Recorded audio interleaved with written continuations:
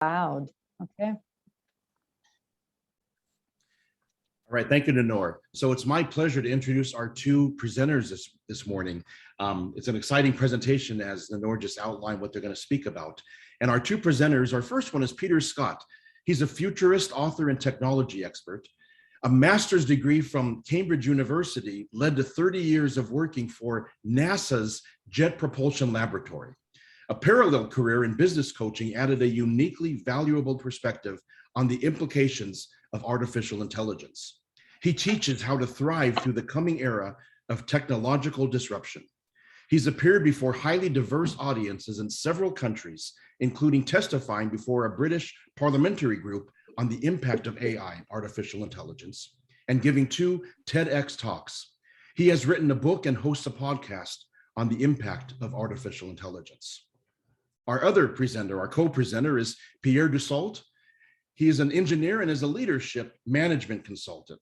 He brings his unique life and work experiences to help entrepreneurs, engineers, and managers be more effective and engaged, and to help them navigate through major transitions in their lives and work.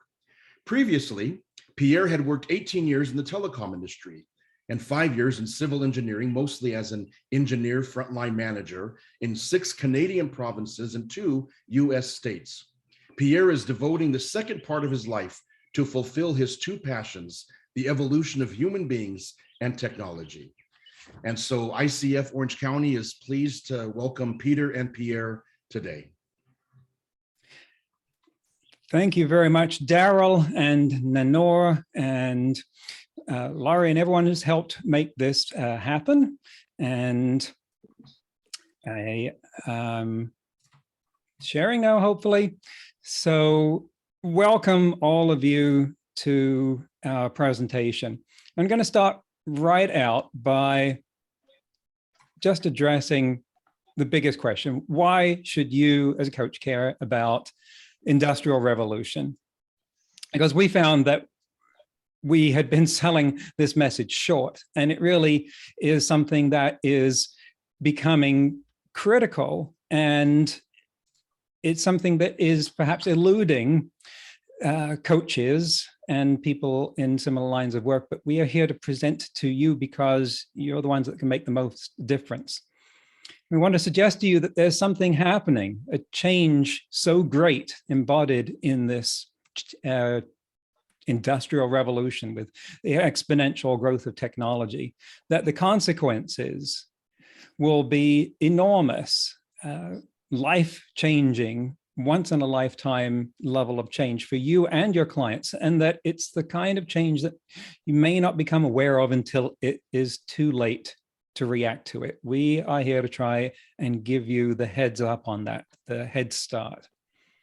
And what if understanding that change could benefit you and your clients to enable them to survive the biggest disruption in human history? What if that change was, and mastering that was so pivotal that it would position you to be immensely valuable to your existing clients and attract new ones on the basis of what you could do? And down here, I've got the reference to the Johari window, where we're talking about, well, what is it that you don't know and others don't know, that big unknown? We're going to try and shine a light on that today. And who we are is, well, we started several years ago when I wrote an article in Coaching World magazine about this, and Pierre saw it, and he had been doing something similar. We got together, we presented workshops. Here's one that we did for business leaders at the Rose Bowl. We did another one at UCLA.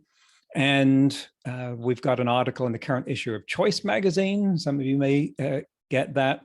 And we've been working on getting this message out about just what this technological revolution means to humans, to people, and not just engineers, but you specifically as coaches. We're engaging you because you have the greatest leverage to help people navigate through this time of great tumult. We're seeing the beginnings of that now, but it's not as apparent as the immediate things on the news, right? It doesn't make headlines every day. It creeps up on us. And then maybe in ways that it's hard to appreciate. Pierre, are you there? Thank you very much, Peter. So welcome everybody. Welcome all ICF Orange County members. It's a great honor for us to be here. So tonight we're going to talk to you about the fourth industrial revolution. But before we go into too much details, I just want to bring to you that in the last 10 years, we have seen a lot of impacts by technology. And I just want to mention at first the impact of one technology, social media. So what psychologists have noticed through studies lately is that the people born after 1997, they are people who were basically born with iPhone in their hands. And just the advent of the like button on Facebook has had huge impacts. So what they have noticed is since 2014, studies have showed that Gen Z people, they have seen a big increase in the rate of depression and suicide. And if I can make also another reference, you know, healthcare workers are going through a lot nowadays with the COVID crisis. So basically what we want to do, our objective is to, through our coaching models, to help not only coaches, but help coaches help their clients so they can be able to face the tragedies of today's life, the complexity of today's life. So next slide, please, Peter. So back to you, Peter. Thanks, Pierre. So let's make this real for you in terms of, say, a hypothetical client, and make it as real as we can. So imagine you are already dealing with Sharon. She's HR director, nowhere near the end of her career, has got some ambition. Her exposure to technology is not current, and she's aware of that. So she sees that there are changes coming, but she doesn't know what they're going to be like when they arrive. She gets the sense that we're at the beginning of this big shift in history, and it's going to be driven by technology. She sees the signs of it, but she doesn't and can't trust the big technology companies and their marketing machines to make that understandable and relevant to her. And she's afraid herself of becoming irrelevant. She hears a lot of talk about how AI is going to automate jobs like HR, but she doesn't know what parts of that job might be automated. How would she work with that? She doesn't know how to react. This is fear, confusion, and doubt. She's been working with you for some time now in a traditional coaching role of saving middle managers from their own worst enemies and helping them become more valuable to the company. And so we're going to follow Sharon through this presentation to see how you might use the things that you learn here to create a shift and an improvement in Sharon and for her company. And we've been talking a lot about the disruption as though it's a danger, but there's the other side of the threat is an opportunity, right? Every threat is an equal opportunity. So as we go through this, we want to observe, well, where can I leverage what I'm hearing for a strategic advantage in what I know, in how valuable I am to my clients, and we will give you some of the language that you can use in talking to them that will help them become aware of what it is that you could be able to do for them. So we're going to show a little video here. because it's very well produced. We're going to excerpt just a couple of minutes from something called Humans Need Not Apply. And it is about the impact of technology and automation on jobs. And what we want to do is not just be passive, but exercise that coaching skill of introspection. Look at your reaction and your emotions as you watch this, and then ask yourself, well, what is it about what's going on in our world right now that caused someone to spend an evident amount of money and time producing this? What is the undercurrent of the development of technology such that this message, someone felt this message had to get out there? And so here we go, and then we'll get back to you in a couple of minutes. Imagine a pair of horses in the early 1900s talking about technology. One worries all these new mechanical muscles will make horses unnecessary. The other reminds him that everything so far has made their lives easier. Remember all that farm work? Remember running from coast to coast delivering mail? Remember riding into battle? All terrible. These new city jobs are pretty cushy, and with so many humans in the cities, there will be more jobs for horses than ever. Even if this car thingy takes off, he might say, there will be new jobs for horses we can't imagine. But you, dear viewer from beyond 2000, know what happened. There are still working horses, but nothing like before. The horse population peaked in 1915. From that point on, it was nothing but down. There isn't a rule of economics that says better technology makes more better jobs for horses. It sounds shockingly dumb to even say that out loud, but swap horses for humans and suddenly people think it sounds about right. As mechanical muscles pushed horses out of the economy, mechanical minds will do the same to humans. Not immediately, not everywhere, but in large enough numbers and soon enough that it's going to be a huge problem if we're not prepared, and we're not prepared. You, like the second horse, may look at the state of technology now and think it can't possibly replace your job, but technology gets better, cheaper, and faster at a rate biology can't match. Just as the car was the beginning of the end for the horse, so now does the car show us the shape of things to come. Imagine a pair of horses in... Okay, let's take this back to Sharon now and open it up for your questions and reactions, because even if you disagree with all of that, even if you think that's completely wrong, this is part of Sharon's world. This is part of the world of the people she interacts with, her customers and her family. This message is affecting her. What would she make of that video? What sort of technological change would threaten her position and industry? Is she afraid of going the way of the horse? Let's hear your thoughts, questions in response to watching that, please. And there's few enough of you that you can unmute and call it out if you want.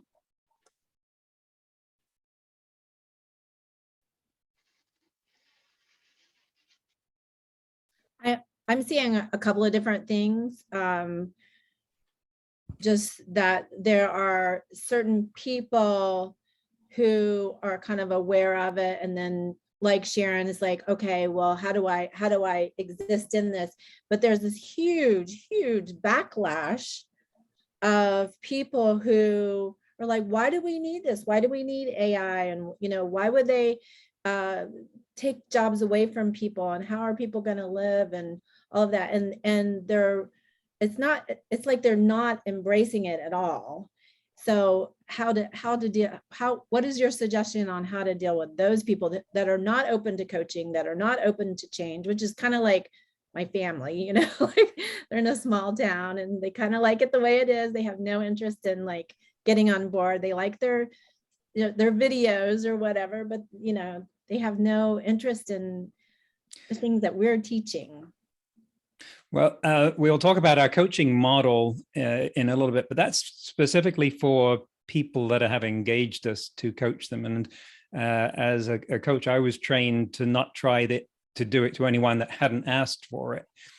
So I think that calls for taking a different approach, putting on a different hat when you're talking with people that haven't asked you for help, which obviously puts them in a different class, but that are likely to be affected. But I have to consciously shift out of coach mode to think about that.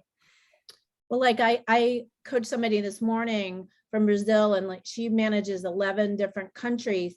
And so she's open to coaching and she's open to it, but then she's up against all of these different paradigms of so she's having to deal with it. So it's not, it is like coming up, you know, again, like coaches we want to affect. So how do we inspire?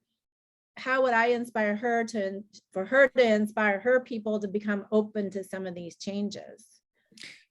That's a great question. And I mean, it's a perfect setup for what we're doing in a few slides. But I think one of the short answers is introduce material like what we're doing here, because a lot of it is very photogenic, and say, what do you think of that? And start conversations. Pierre, what do you want to add? That's a great question. I was thinking while you were telling us about that, and a little bit later, I think we're going to take about, psychometric profiles in marketing have been studied. So as you know, there are early adopters, innovators, up to laggards. So it seems that you are talking about people in the laggard category or the late majority. So sometimes these people are very hard to convince. And if that person is a manager, that it's a big situation. So I think big challenge. I think you need to ask them open questions. You know, we are coaches, so the power of open questions in this situation could be very, very good. But eventually, you know, people cannot deny the evolution of technology. You know, I remember when the photography and textos were introduced to cell phones, I told myself this is for children, but eventually everybody was doing them. So I learned a lesson from that. So maybe sometimes bring back some examples. You know, you've got a lot of AI actually on your cell phone. You know, you can talk to your cell phone. You can do text messages that through your voice, and it's becoming more and more efficient. So eventually, I think those people will be convinced and converted.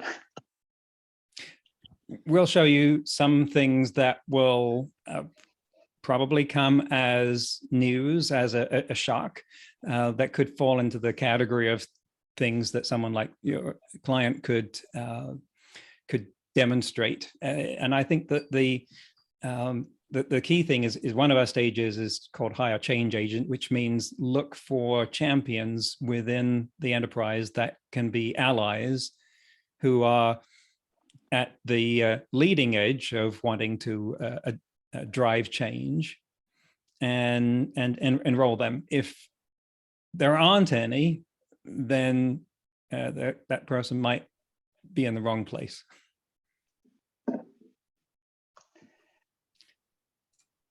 All right, I will go back to our slides, and this is a great place for Pierre to tell us about our coaching model. Thanks again, Peter. So now I think you have a good understanding of what is ahead of us. And you must be asking yourself, how will I be able to face this level of disruption? Well, we are here to help you prepare, adapt, and thrive in this fourth industrial revolution. So let me introduce you to what we have designed to help you with your individual clients and with organizations.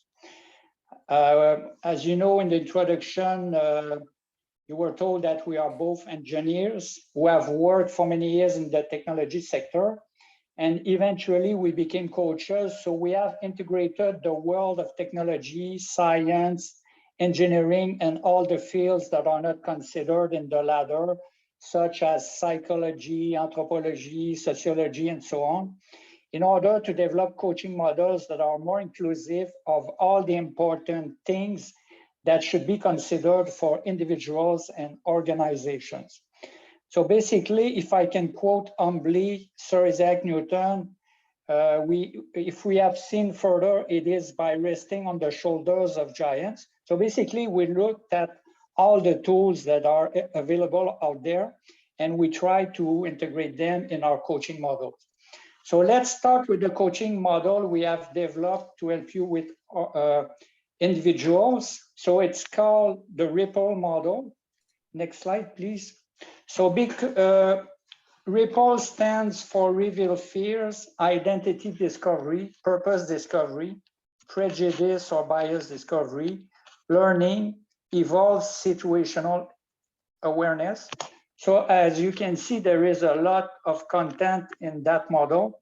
Unfortunately, we won't be able to cover it all during that presentation, but we do have an ICF certified course that lasts 18 hours to go through that. But let me talk to you a little bit about one of those letters. So we'll talk about identity discovery.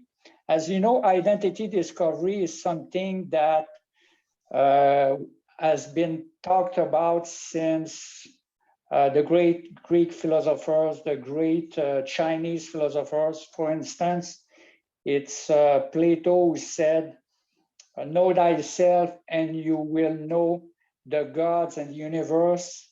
And then in the 1700s, one of the founding fathers, Benjamin Franklin, said the three hardest things in life are steel, diamonds, and self-knowledge. And in the 20th century, the great psychologist Carl Jung said, until you render the unconscious conscious, it will run your life and you will call it fate. So we work a lot with coaches and with our clients. So coaches can help people work on their identity discovery, but this is something, as you know, that we do a lot in coaching. Next slide, please. So basically, our model is a process. So we try to do these things that you see there, uncover emotional barriers, is about revealing fears, the first letter of our model. The second one is about identity discovery in order to create a foundation of being. The third one, purpose discovery, is to establish a congruent direction. And this model is as good for your own development as for the development of your clients. The fourth one, prejudice and bias, is to help you and your clients identify their mental barriers. The fifth one, learning, is about creating a plan for anti-fragility, and we'll talk a little bit more about anti-fragility a little bit later in our organizational model. And the last one, evolve situational awareness, is about adapting to the external frame. So basically, what's happening in the world, what's happening in society, what's happening at the individual, collective level, in order to understand what's going on in society and in your own world. So this is a little bit why we introduced the fourth industrial revolution, because it will have so much impact on our lives. Next, please. So Peter will expand a little bit more on identity discovery. Thank you, Pierre. So obviously what we were talking about with discovering and delving into someone's identity and their purpose and so forth is the bread and butter of coaches. We're not telling you anything new there. And you would have recognized the things that we put under those sections as being established tools and instruments that what we've done is put them within a framework. The work we're talking about here is really the glue in between them that takes people along that path that we showed towards being resilient and so able to respond to exponential change and disruption positively.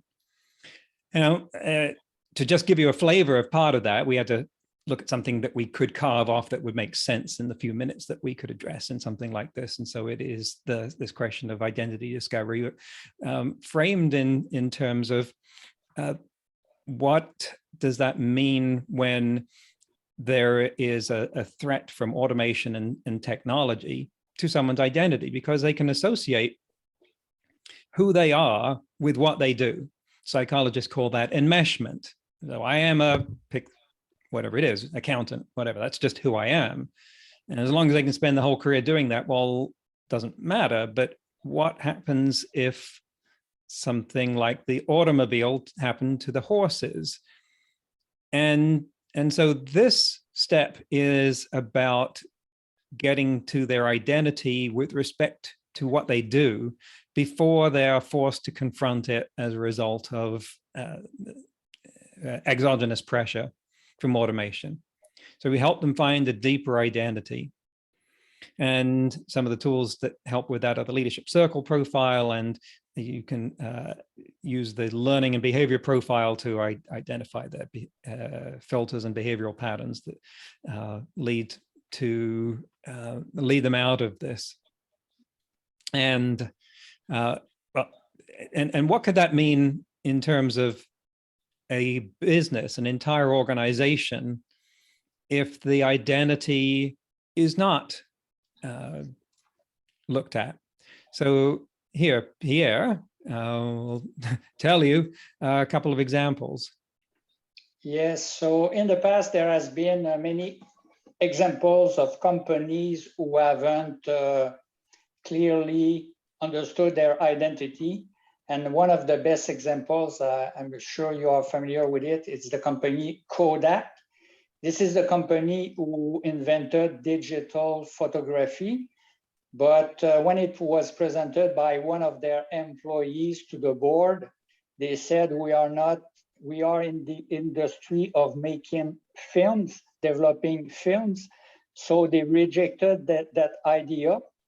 And that company, who had like 12 billion revenues per year, it went bankrupt because they didn't listen to their employees, and they didn't take into account the evolution of technology. We have a couple of examples on the next slide as well. So a good example is Nokia. Nokia was the first company worldwide in cell phones. And when the iPhone came in 2007, they didn't adapt it quickly. So basically, we don't hear about Nokia anymore. And another good example is BlackBerry. BlackBerry was really strong before the advent of the iPhone. And the simple difference was they had a physical keyboard, and they stayed attached to that physical keyboard. So eventually, they lost a lot of the market. Next slide, please. And I'll pick it up from here, Pierre. So let's go back a moment. So this is part of the conversation that we use to leverage this issue with your clients, because no one wants to be the next Kodak, the next Nokia, the next BlackBerry. And it was clear that the people at Kodak, that there were people there who knew what to do. They invented the digital camera. If their identity as a company had been more rooted in helping people preserve visual memories and less in producing long, thin strips of plastic, they would have survived. Some of the people there knew that, but not the right ones.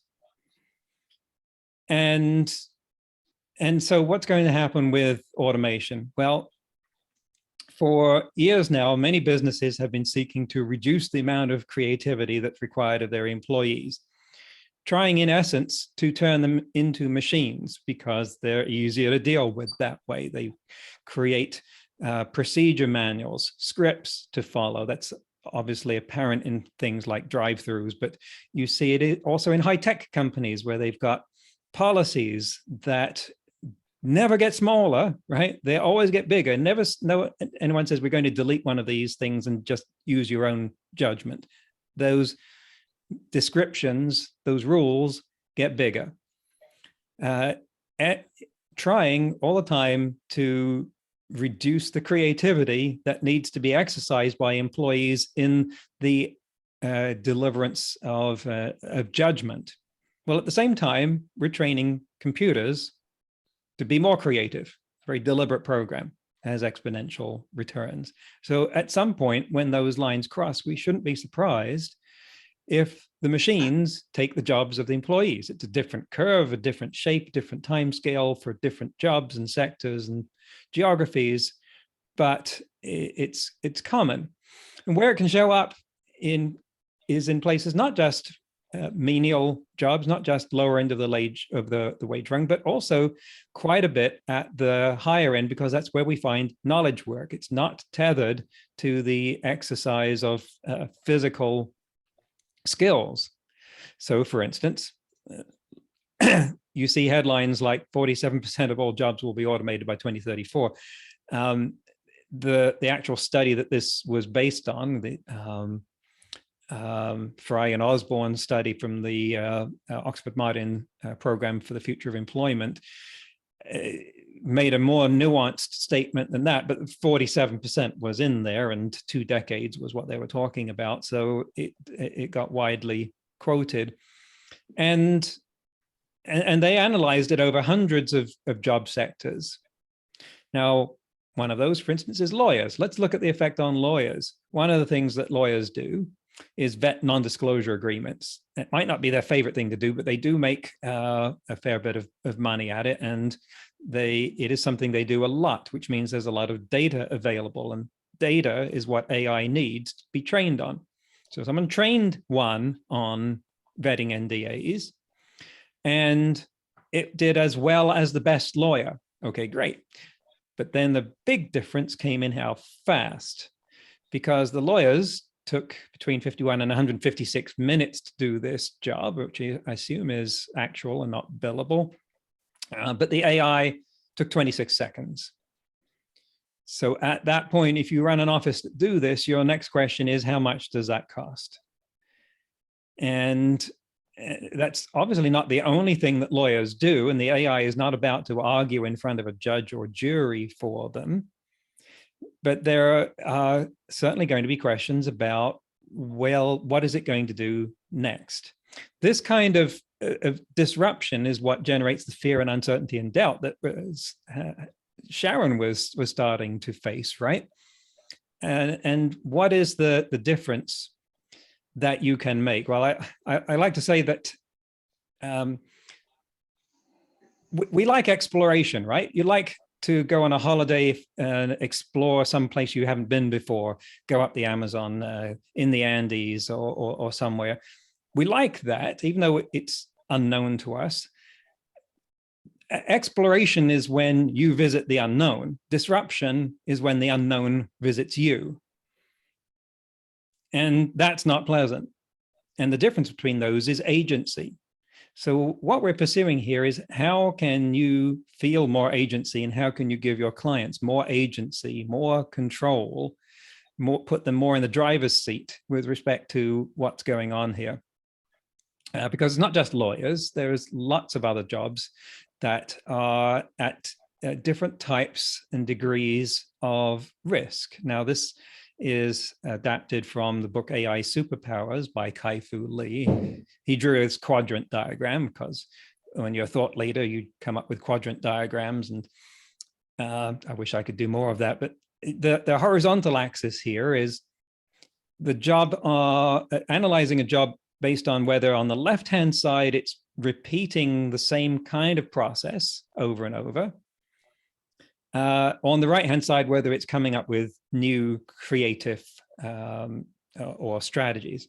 And the vertical axis is at the bottom, does it involve little creative or personal contact with individuals, and at the top, a lot. Well, this divides the quadrant. The quadrants now are divided into how artificial intelligence and automation affect them. And so in the bottom left, we've got jobs that involve little human contact and repeating the same thing over. These are the danger zones. These are the things that are most readily automated, like telemarketer is trivial. I've gotten called by the Google Business Assistant, which is an AI that makes phone calls. It's just required to identify itself as such. It's better than the human telemarketers. Translations, underwriting loans, adjusting insurance, radiology, to different degrees, but AIs can now interpret radiological scans better than humans. And in Europe now, they've been approved to do that without a human supervisor.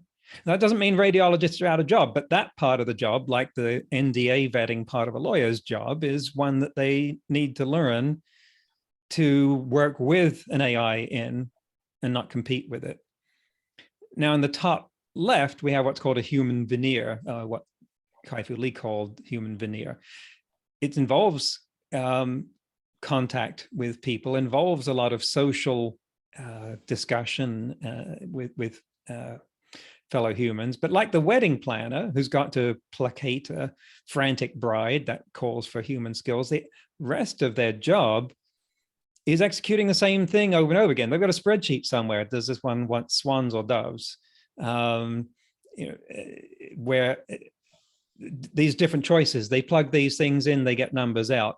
That is automatable, and they can use technology for that. Is a wedding planner specifically at risk of that part of their job being automated? Well, they can certainly use some tools for that. Financial planner makes a lot more sense. Remote tutoring and so forth. Down in the bottom right, we have what you call the slow creep.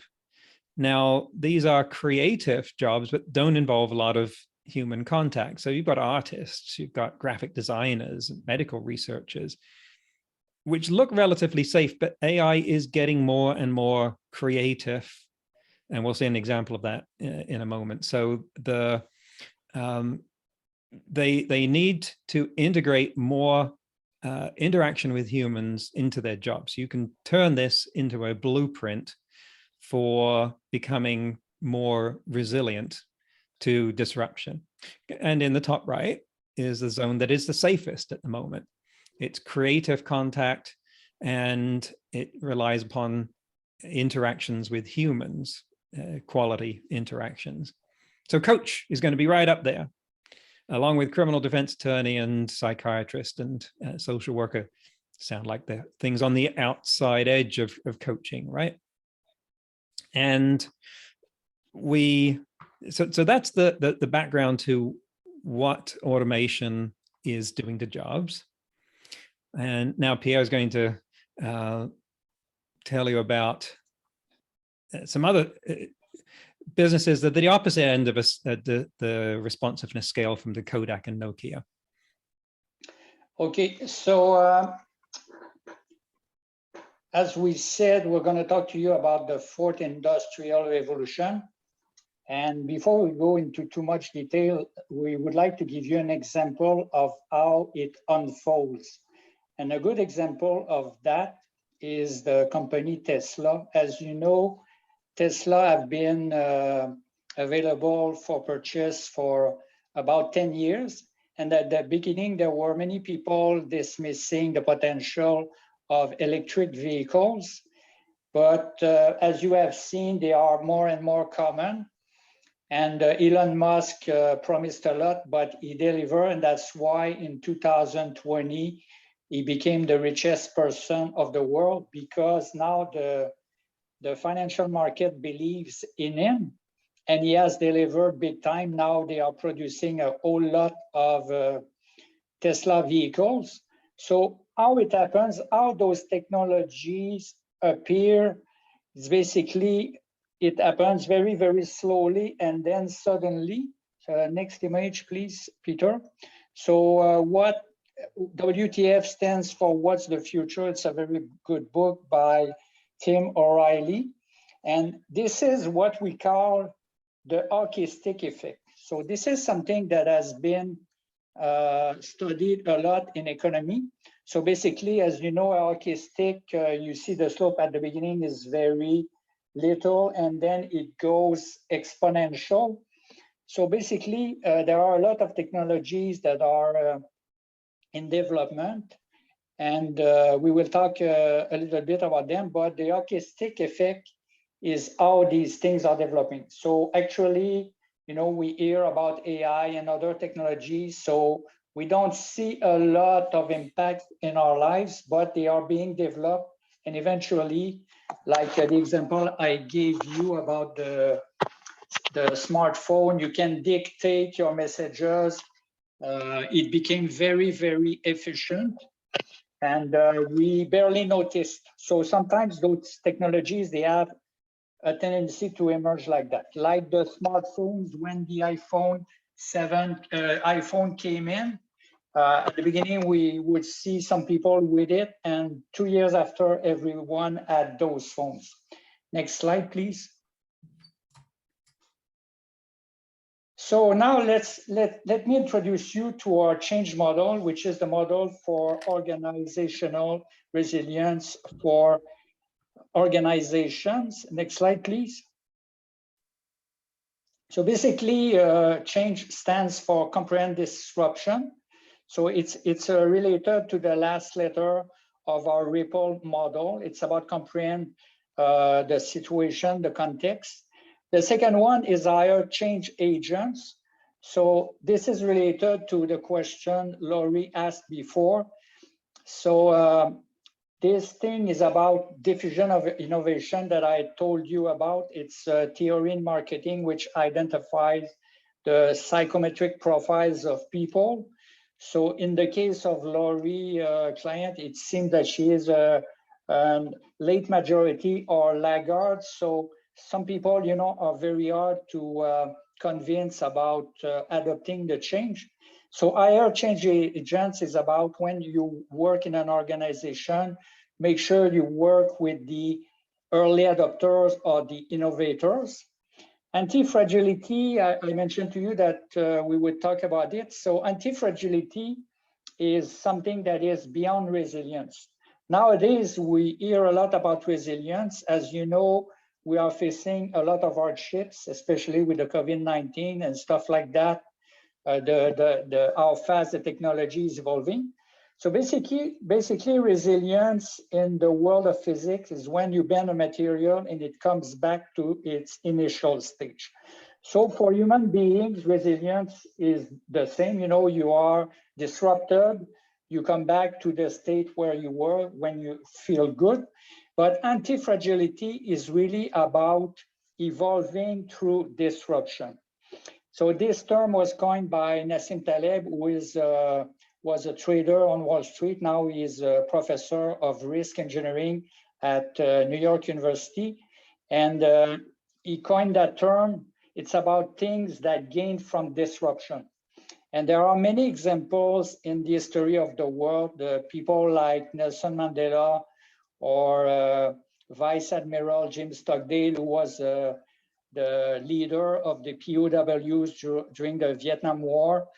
And what they noticed is when the POWs came back in the US in the mid-1970s, they thought that all those people would be deeply affected from a psychological and psychiatric point of view. But they noticed that there was only 4% PTSDs among the 571 people who came back. And among the people who went to Vietnam War and fought on the ground, there was like a 31% PTSD rate. So they studied what those people went through, and what they realized is that we can grow through PTSD, we can grow through disruption. So this is something we talk about a lot because people face a lot of complexity, face a lot of disruption. So we need to adapt to disruption, this complexity, in order to continue to evolve. So basically our model is a lot based on, we are talking a lot about technology, but it's based a lot on, about how human beings can adapt and thrive in these trying times. So we talk also about identifying a new vision for the company, making sure we have the new vision. It's related to the identity discovery as well, generating KPIs based on velocity, not position. And one thing that we bring with our clients is everything on the table. And there are some concepts that come from Agile and the Lean world in there. Next slide, please. So as in our individual coaching model, there is a process. So in order to comprehend disruption, we have to realize awareness of the situation where we stand. When it comes to higher change agents, we need to create champions and alliances. We also want to create a future-proof culture through anti-fragility, create a new vision for the company, adapt success metrics that are more geared toward human beings than results, and finally, reinvent the future. So think about everything that can be put on the table. So Peter will elaborate on that last part of our model. Sure, thanks, Pierre. The change process here is acknowledging that a business is not going to make it by the success of its individuals alone, and that coaching one individual, then a business to be effective isn't necessarily going to save it. That there are other dynamics that are needed to be addressed within the business itself. So the change process is about the executive coaching, leadership team coaching to address how the business itself needs to evolve to provide the environment for the individuals that go through the ripple process to do their best work in.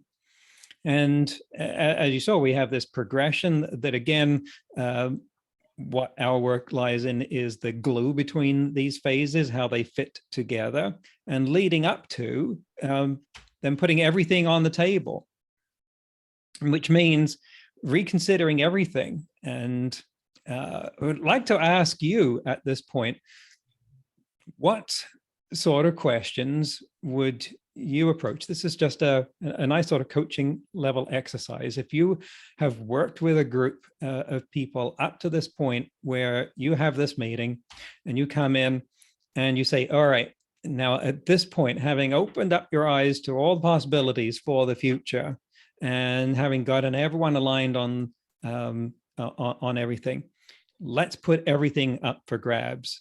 And what could you reinvent?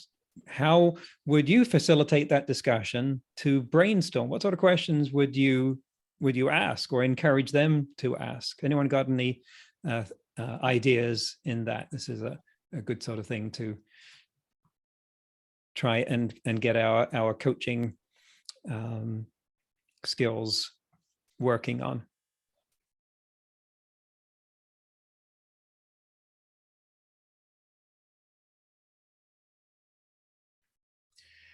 I think one thing that comes to my mind is just kind of a general question. You know, if someone was presented this is basically, what excites you about this conversation? You know, or what excites you about this discussion? Because that helps them get a buy-in. It also helps them kind of let the wheels kind of spin. I mean, I think a lot of us right now aren't asking questions here because we're just I don't want to say overwhelmed, but it's like, you know, my mind right now is turning so much, Peter and Pierre, because I'm looking at this stuff. You know, about maybe 20% of this conversation I kind of had an understanding of, but like when I saw these things about Kodak, which I remember hearing that years ago, but all of a sudden it's like, wait, they invented this technology that they lost, you know? And so again, I think part of that is, you know, what excites you about this conversation? Or the other thing is, what scares you? I guess you could also turn into that, you know, what scares you about this conversation? I think either of those questions would be good starting points with an individual or with a group, if you're speaking with a group at a company. And so let's say they need help with this question, and you give them it's just the suggestion, what excites you, what scares you. That's a great lead in. And what else could you ask them that would open their minds up. This is your job as a coach, to come up with the provocative, powerful questions.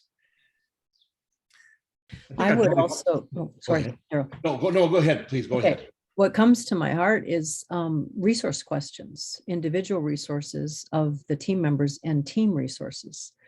Because what you're presenting is like, what's the gap and how do you help your people go through that change? And individuals, you know, there's a uniqueness to what individuals need and a uniqueness to what teams need. So those are some of the questions that come to me. Thank you. Thanks. Thank you. What do you bring to the party? Yeah, what resources have you got? I want to find out what they're experiencing right now. if it's already in motion. Mm-hmm. Right. Yes. Bring them back to the present. Let me show you some of the things that we've got and see if that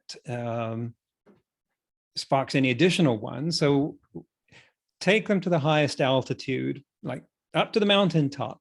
Why are we doing this? What are we doing? Of course, you've questioned some of their identity as individuals and had them look at that. But this is the identity question for the business. And what assumptions go into that business right now that could be questioned? Do we need an accounting department? We've always had one. Yeah, but we've always done it this way is precisely what you want to question. So who are the customers? What difference do we make? And where do we want to be in 10 years, given what we're seeing about how fast things are changing? There's a law of human perception that says we overestimate the amount of change that will happen in 2 years, but we underestimate the amount that will happen in 10. Nanor has a great question, Peter. So what's an ideal vision of working with AI? Great question.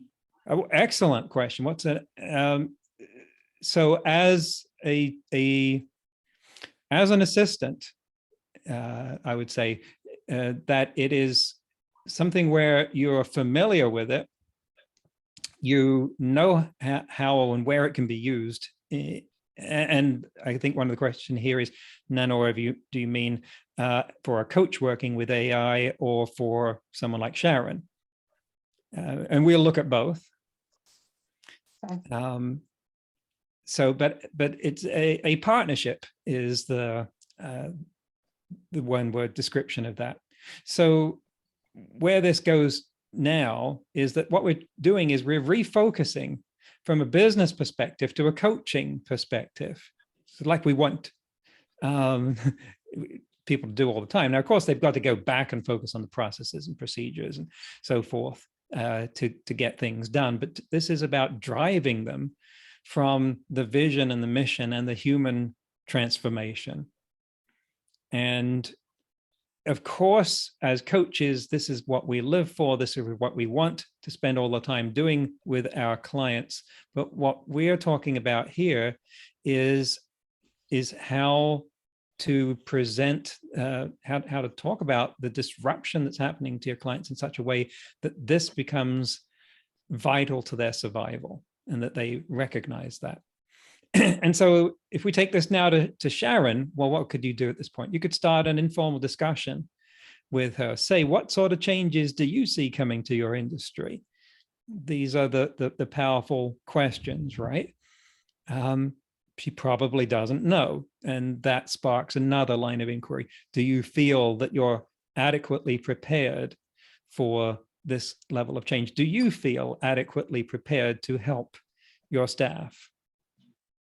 Andrew says, it strikes me that before discussion begins, if you have a group there needs to be some agreement that there is no hierarchy in the discussion and contributions. Oh, exactly. The grassroots may well have the most to offer. I mean, the people at Kodak who invented the digital camera were not on the board of directors, right?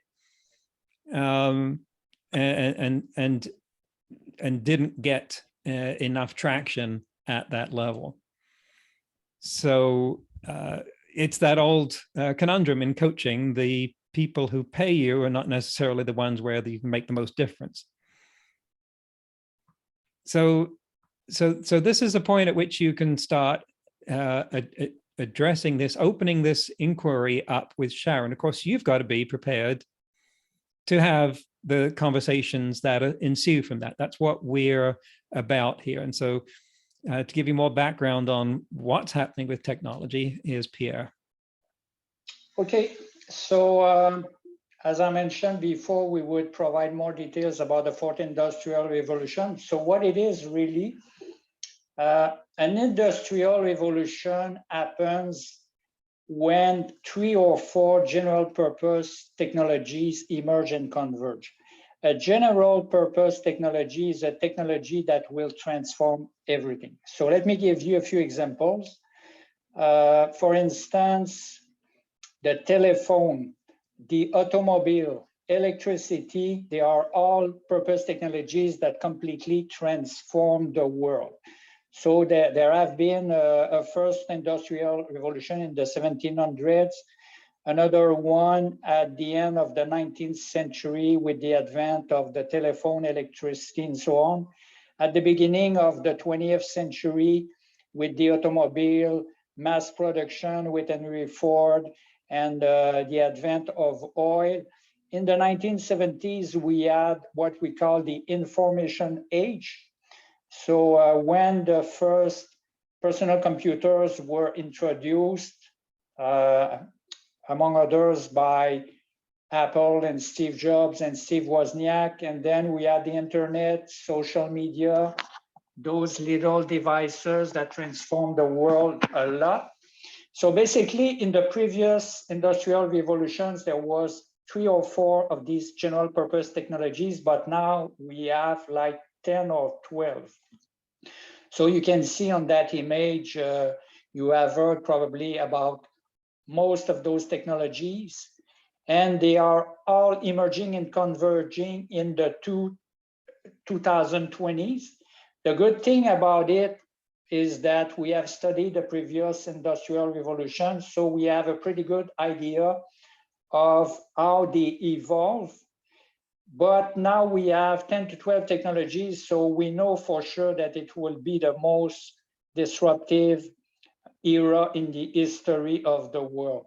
Next slide, please. So you can imagine that this little device, how much it transformed the world. Now we have 10 to 12 technologies that could disrupt the world as much. So it's upon us. We don't necessarily see it coming. There are a lot of research done in AI, genetics, and stuff like that. So we can expect a lot of transformation.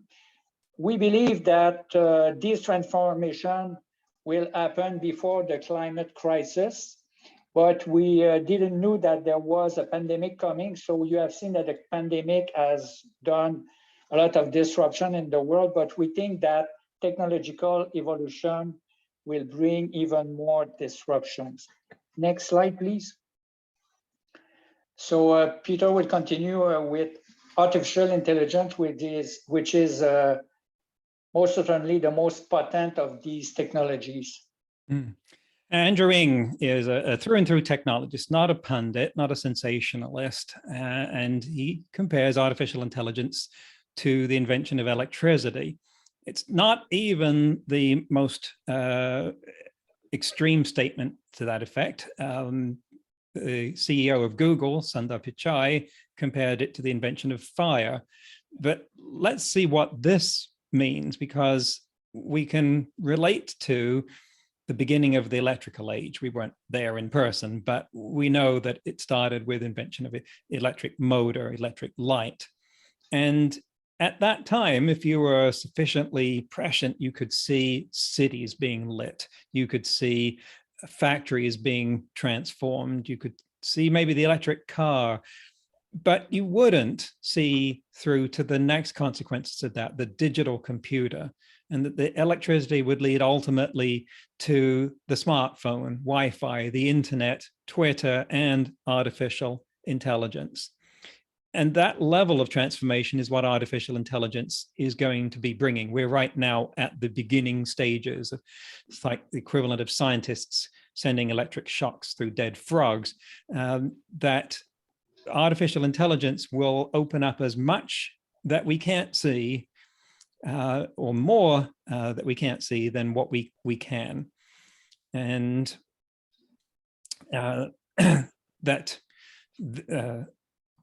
we have a sense of this. We have a sense that there's a lot that we don't know. And in general, this means that in poll after poll, about half the population is aware that they don't know enough about AI and that they should, and is not comfortable with the way AI is being used and doesn't want to trust it. But they are also aware that this is something that's out of their control. So that's driving some of this fear, uncertainty, and doubt. These are polls of the general population. I'm going to show you a little demonstration here, which when I recorded it about 9 months ago was state of the art in terms of showing you what could be done creatively with an AI. As of a couple of months ago, it is not. I can do something even more dramatic. I just haven't had time to record it yet. But this is going to be a recording of me interacting with something called Sudo, right, which is a tool for creative writers. It can exercise its talent on all kinds of creative writing challenges. Basically, you give it a prompt and it tells you, why don't you put this next? It's sort of like autocomplete for your phone, only on a unimaginably bigger scale. So while it perhaps wants to do fiction, I decided we're talking to coaches, let's do something for coaches. So I started out, well, we'll talk about the, whoops, that's not playing. Oh, okay. So let's talk about the core, this is me typing, core competences of a coach. So I'm lazy, I'll go over to the ICF website, grab a paragraph from them about core competencies of a coach, and paste that in, and then tell Sudo, right, go ahead, fill in the rest for me. And click, and you see it coming up. And there's a whole bunch of choices. I can pick one and paste it in. And some of this has been gathered from swallowing a large amount of the internet, and you can see some of that there would work very well. I can also do something like highlight a noun. So I pick coach, and it will tell me, it will make up what should a coach look like, sound like, smell like. It's getting a little kinky here, but it's creative writing, right? Bust open the writer's block, and it will tell me all of these things as a creative writing tool. So if you've been thinking, well, creativity of this kind is off the table for AI, in one sense, yes, it's not going to write a novel, but this gives you a demonstration of the things that it can do. And so in the near term, but the potential developments that we're going to see include autonomous transportation. It's emerging in many markets now gradually. Medical research can revolutionize healthcare. Environmental engineering, it could be making a big difference to climate change.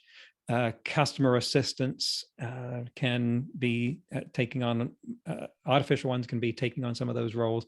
And for the educational institutions that are smart enough, I know I have to qualify that because an extraordinary large number of them aren't, have the potential of transforming the way they work with AIs in at least 6 different roles that I identified, but intelligent administrators and teaching assistants are 2 of them. Just reacting to a question from Andrew before we move on, electricity did take over 100 years to get fully established, and this is going to be happening much faster. And the reason for that is exponential change. It has this heterodyning effect, that's an engineering term, right? But it feeds back on each other. And so if you look at a chart that I don't have here, but it shows the rate of adoption of technologies over time, starting with the telephone, the curves of that get more and more compressed as we get to the current day, when they're now nearly vertical. So that's why it will happen faster. But now we'll talk about what this means to coaches, because there are now AI systems in coaching called e-coaching systems. This article goes back a way. I am not going to demonstrate one. They exist now at varying degrees of commercialization, but I was involved several years ago now, probably about the same time this article came out, in a startup that was developing exactly one of these. And I was not involved as a technologist or a futurist. I was involved as a coach, because they said, this will let you have 200 clients. So I was like, I like the idea of 200 client fees. I don't know how I would coach 200 clients. Tell me more. And it was through the introduction of an app that the 200 employees in a business would use to self-report their state along a whole number of dimensions that would be gamified, so it would be fun for them to do.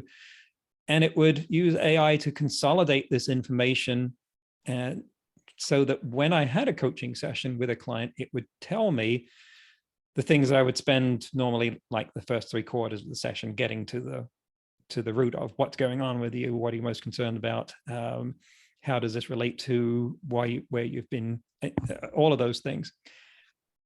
That for reasons unrelated to the technology, that one didn't go ahead, but there are now systems in use doing, as far as I can tell, exactly that thing. We don't report on or analyze or recommend any of those. We just want you to know that they exist. Even if you're like, nope, not touching one of those, that's not my thing, then be aware that other people will be using them. And so our process involves a lot of assessments of the states of people's resources for dealing with disruption. And ultimately, we're taking people along this ladder, which you'd find quite familiar as a coach, right? If you're taking someone from an unconscious level, they're unconscious to the change that's happening, that's going on. We shock to get out of that. Sounds like what Daryl's saying, that we're doing a pretty good job of that right now. You're welcome. But that results in this state of paralysis, which is a step up, but it's still frozen. So we introduce awareness. Now they get to a state, again, it's not ideal, but it's motion. They're afraid. They know there's something happening. They know to be afraid of it. But now we introduce motivation to get past that, that it is possible to get out of the fearful stage, and then reach a stage where they're not competent yet, but they realize the possibility of becoming competent. So by delivering information, you get to that stage where now they are aware that they're learning. And with feedback, they can attain mastery and then maintain it through practice. And that is another model we follow. Where does this leave Sharon?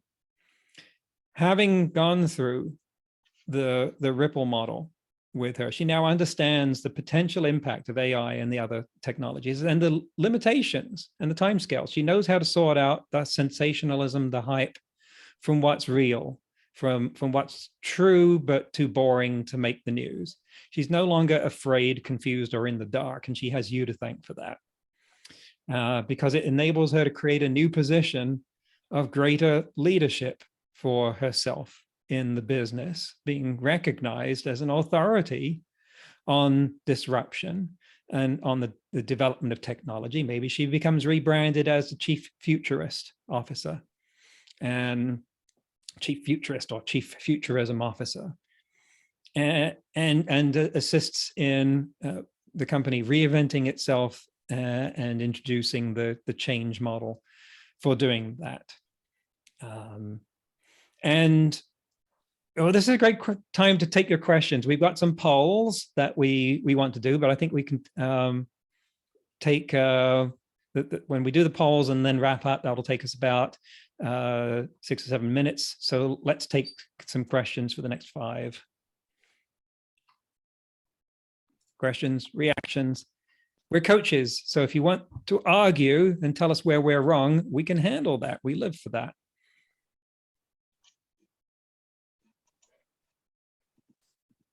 I have a question.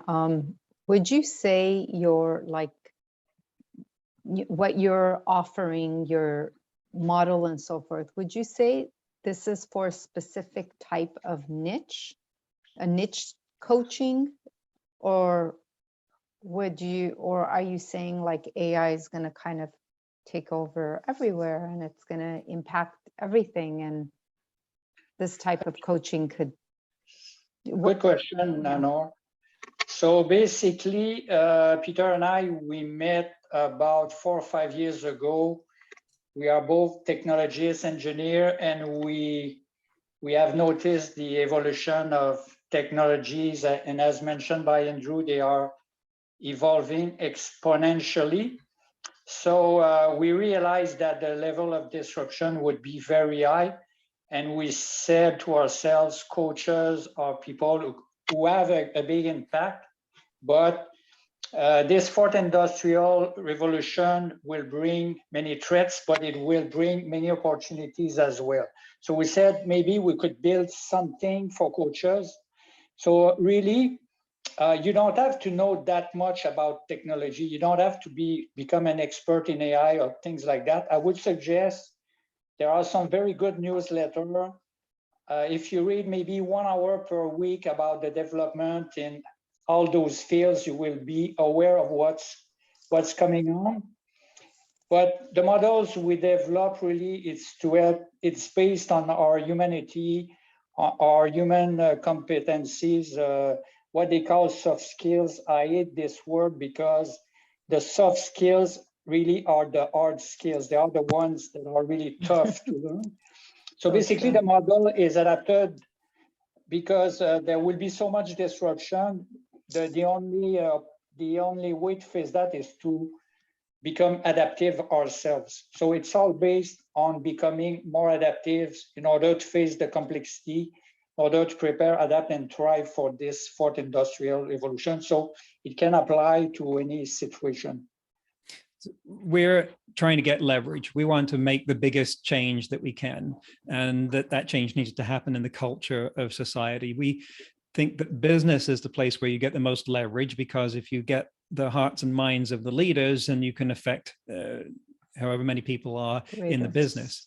And coaches of business leaders have that opportunity, that context for having this kind of powerful discussion with those people. And that's why we're glad that we were coaches, because we think that we are the best positioned to make that kind of difference.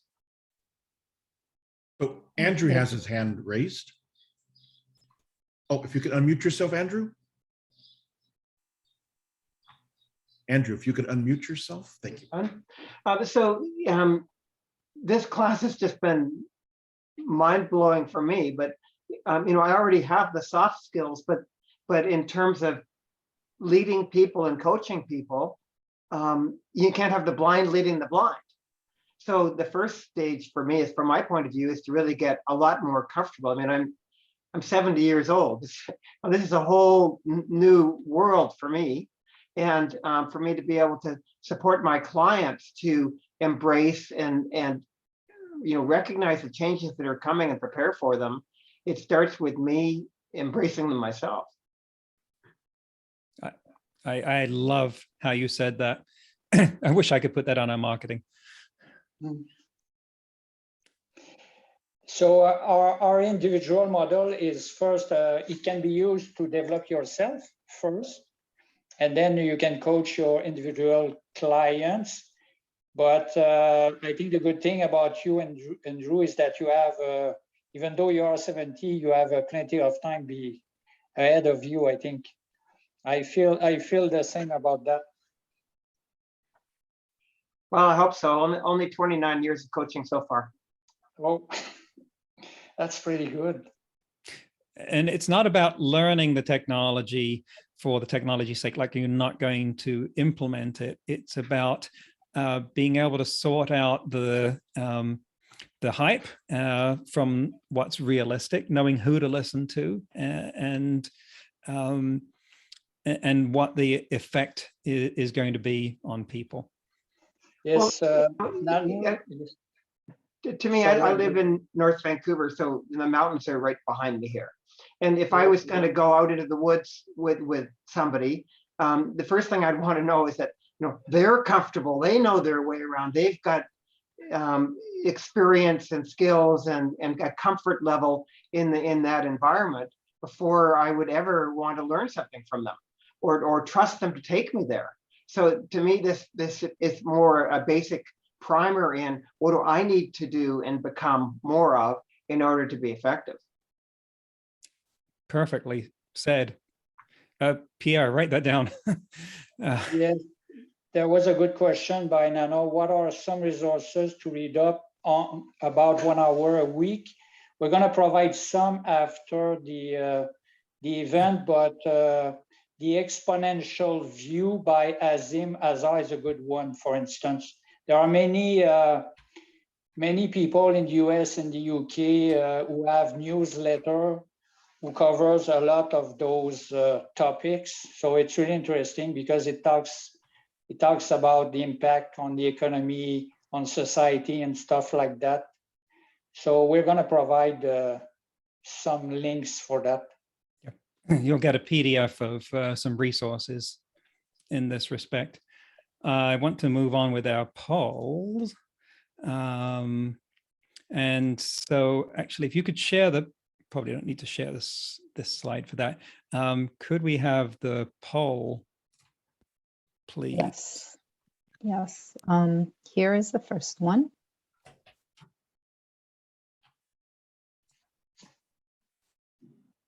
Can everyone see it by chance? Oh, yeah.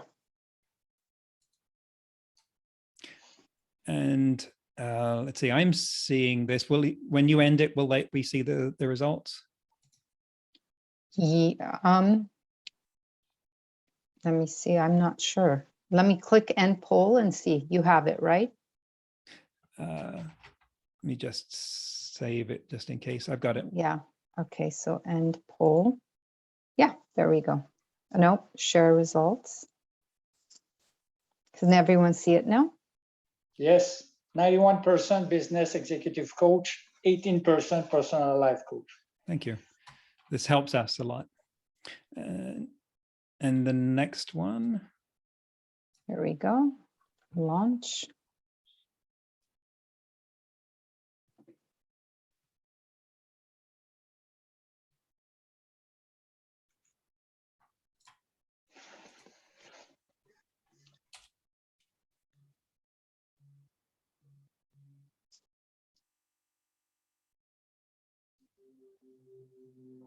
That's okay. We can end that one. Okay, perfect.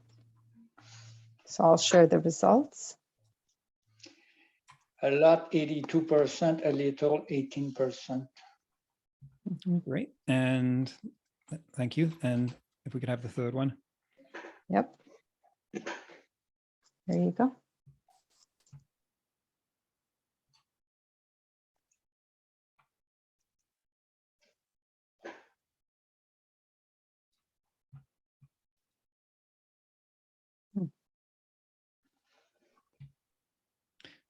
Great. Thank you. Okay. Good. There I you go. save those. Thank you. This is very helpful to us. And then you can see from the results that what how many people are expressing similar views. Laurie says that I see the enormity of this exponential change will trigger that laggard audience's psychological safety. Exactly. That's what we're about, is addressing them to get to the point where they are resilient against that kind of impact. Yes, and social media. I give classes, I have podcasts on the social media question, so I could go at great length on what's happening in that sphere. To give our clients many skills to give to the laggards. Yes, Yeah. yes. It's like mini coaches. Yes. of replicate our thoughts to them so that they can take it to the people that are really challenged. Right. And again, it depends on the context, whether these are people that are looking for coaching, or whether you've got to deliver this in a more of a culture shift kind of role. I will just show our final couple of slides here. And so in conclusion, what's happening is going to utterly transform the world. Businesses and people will be disrupted, and your clients are going to need guidance and empathy more than ever. By the time it becomes obvious what's happening, it is too late to prepare for it. And so, Pierre, you can speak to the choice of that this person is facing up here. Yes, so basically, as I mentioned before, it's either we continue as we have always done, and there is a good quote by Henry Ford. He said, if you continue to do what you have always done, you will continue to get what you have always gotten. And as you have seen in one of our slides, there will be disruptions, but there will be a lot of opportunities too. So our course was designed to help you develop those skills that will help you go through that fourth industrial revolution. So if you have any questions, don't hesitate to contact us. We will provide a document with some information, some of the slides. So thank you very much for attending. It was a pleasure delivering that content to you. Absolutely. It always is. This is not a job for us. This is a mission. If you want to do a screen grab of this, then we can, or snap it with your phone, then we can stop sharing so we can see all of you again, or at least I can.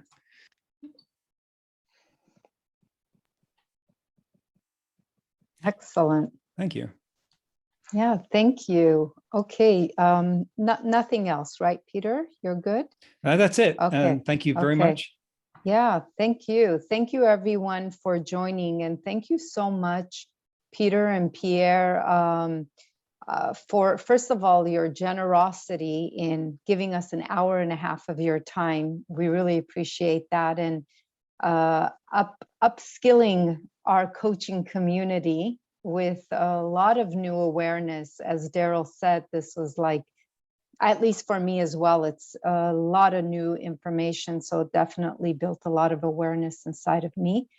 And then, so we have one person saying that they didn't get a copy of the screenshot. Do you mind sharing again, Peter? And in the meantime, I want to encourage everyone to please join us at our upcoming events at ICF Orange County. I just posted a link to our upcoming events. We have on this Thursday at 12 noon, we have our new Coaches Connection, and we're going to be discussing mentorship mastermind opportunities. And then our next event is in May, and May is International Coaching Week is coming up, and we're kicking it off with a really great topic called The Thing Beneath the Thing. It's about agenda setting. So getting to the heart of, what people want to walk away with, but to the true core of it. So we'd love to see you guys at our upcoming events. And again, please look out for a survey in the next week or so. And in there, you'll have access to the 1.5 CCEUs. And thank you. Thank you for joining, everyone. Have a great afternoon. Bye. Bye-bye. Bye-bye. Get off mute. Say bye. Let's hear your voices. Bye, thank you. Thank you so much. Thank you. you. Thank you. Great. Fabulous. Thank you. Bye. Thank you, Peter. Thank you, Pierre. Amazing. Thank you. Thank you. Mhm. Laurie, it's artificial intelligence and you. Okay. Yeah, he just put into the chat room there, Lori. Okay, good. Thank you. AI. AIandU.net. Yep. Is it in your in the package, Peter? I think so. Yes. Excellent. Yeah, Thank you. it is. Okay. It is in that handout, the PDF, Okay. as well as the one from Oh. Azim Azar. That's in there as well. Very good. One moment. Let me stop recording. Are you sure you want to stop recording to the cloud? Yes.